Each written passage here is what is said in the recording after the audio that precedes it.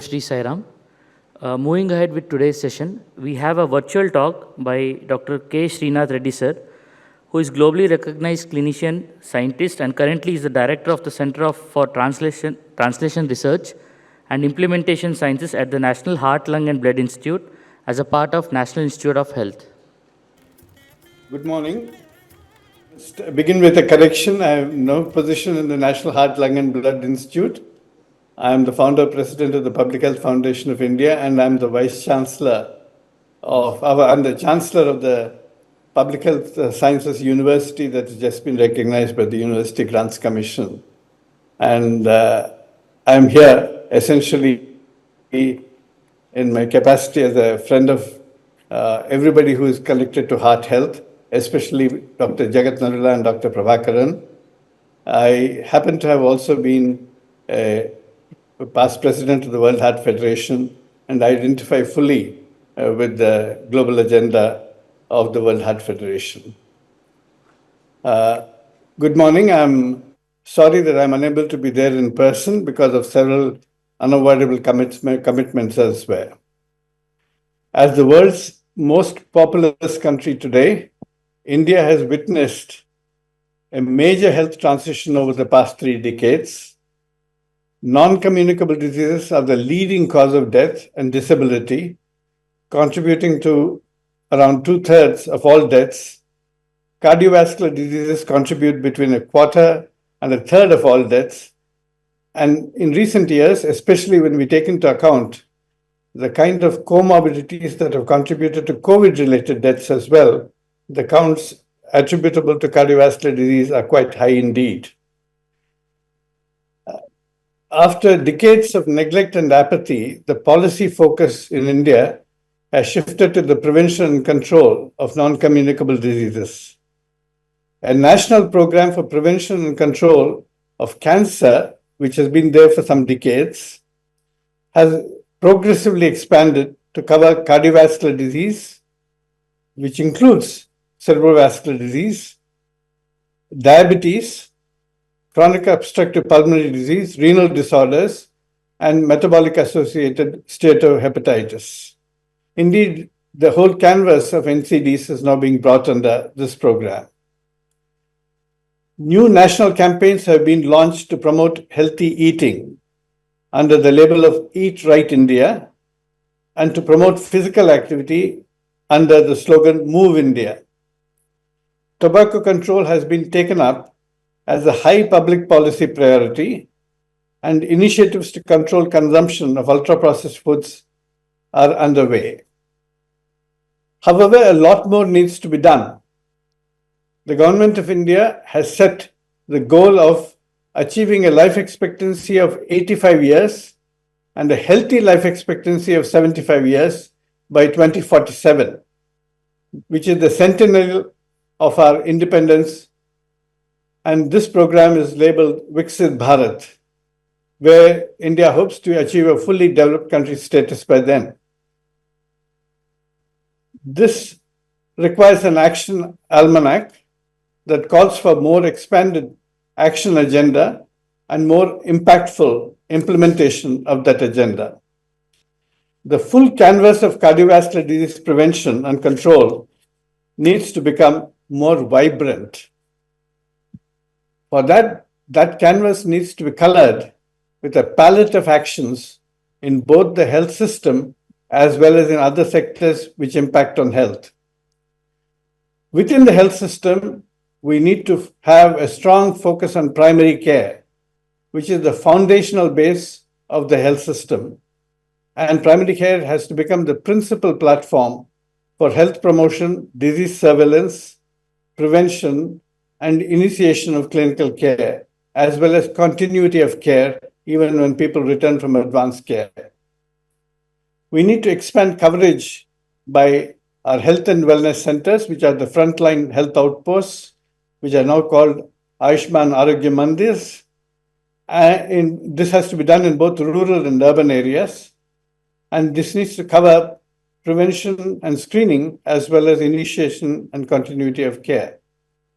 For screening of persons over 30 years of age, we probably need to undertake both opportunity screening at the healthcare facility as well as home-based screening, and have an effective two-stage screening strategy, initially with non-laboratory methods in the community, but followed up by laboratory methods at other centers, including point-of-care diagnostics.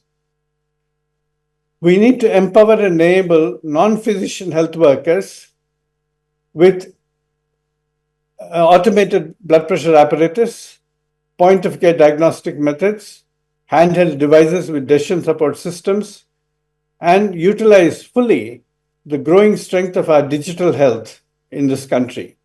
I'm sure Professor Prabhakaran will speak more to this.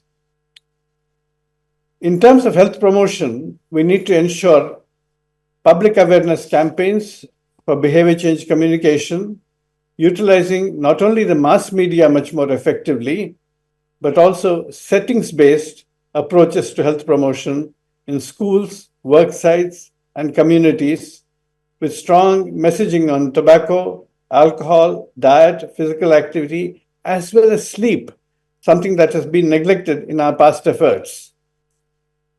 And these need to be certainly also ensured not only at work sites and schools and communities, but also at healthcare facilities. And this is where we need to bring in additional elements. For example, when we are seeing increasing global warming, and we know that cardiovascular risk is going to markedly increase with more heart attacks and strokes because of heat exposure, this too has to become a part of our health messaging for heart health as to how to protect oneself against the undue effects of heat exposure.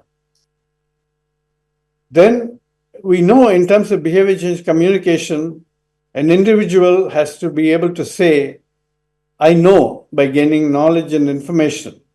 I want by gaining motivation. Say, I can by gaining skills, but also has to be able to say, I will be able to, because there is a supportive and conducive environment for me to make and maintain healthy living choices across my life course. And this requires, therefore, a policy environment which helps the person to adopt healthy behaviors. So therefore, advocacy for policies which are conducive to health promotion are also equally important, other than individual messaging or group messaging. We need to address key risk factors. We need to control hypertension, and a lot of efforts are going on in the country currently. Resolve to Save Lives is organizing campaigns in the country, but the government is also focusing very strongly on reducing the gap between people who are undiagnosed, the people who are diagnosed but not treated, and the people who are treated but inadequately controlled. These gaps are now being bridged through effective governmental intent, right from primary care to advanced care levels. Then we also need to focus on diabetes. Fortunately, the government recognizes the integral link between the cardiometabolic risk factors, and is focusing strongly on cardiometabolic risk factors with hypertension and diabetes as the thrust areas. Also look at high cholesterol, particularly LDL cholesterol, obesity, especially visceral obesity. And here a simple message to the public that the waist to height ratio of more than 0.5 is going to spell hazards for the heart as well as other parts of the body, is a very important and easy to measure risk factor in the communities, and even for self-measurement. And I believe that we ought to promote smoking cessation. We have talked a lot about preventing the uptake of tobacco, but promoting smoking cessation needs to be reinvigorated much more.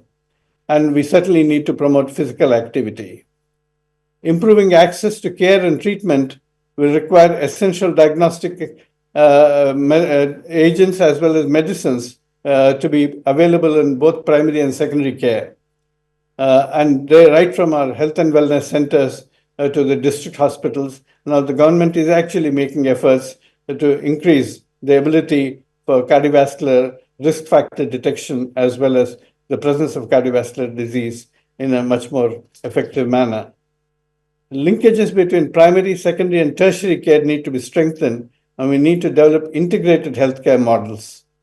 And I believe for these, a well-funded referral system and telemedicine are going to be very important as we move along.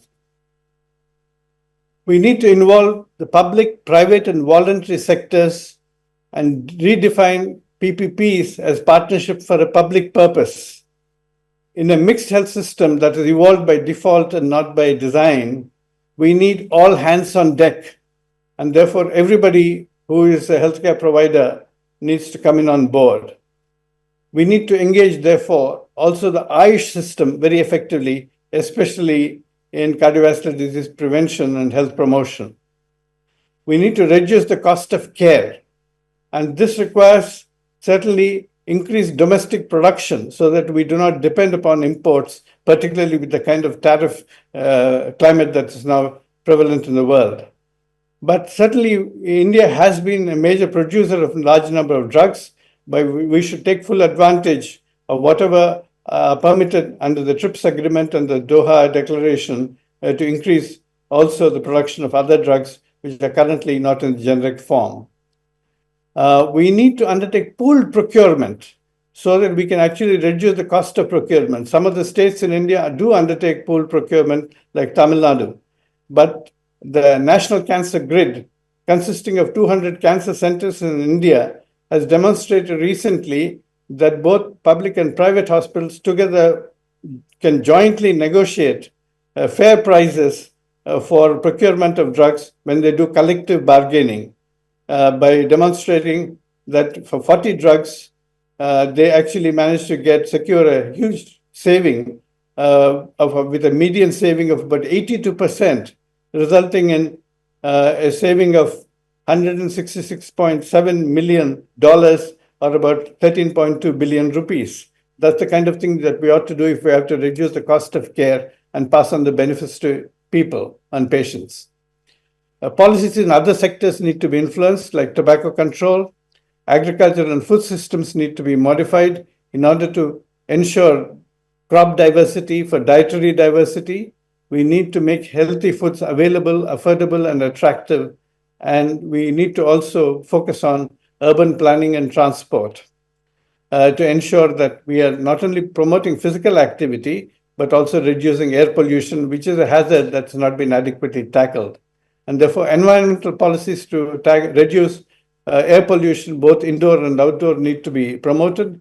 Indoor air pollution is being tackled with increased supply of liquid petroleum gas, but the emissions outdoor need to be certainly tackled with much greater political will.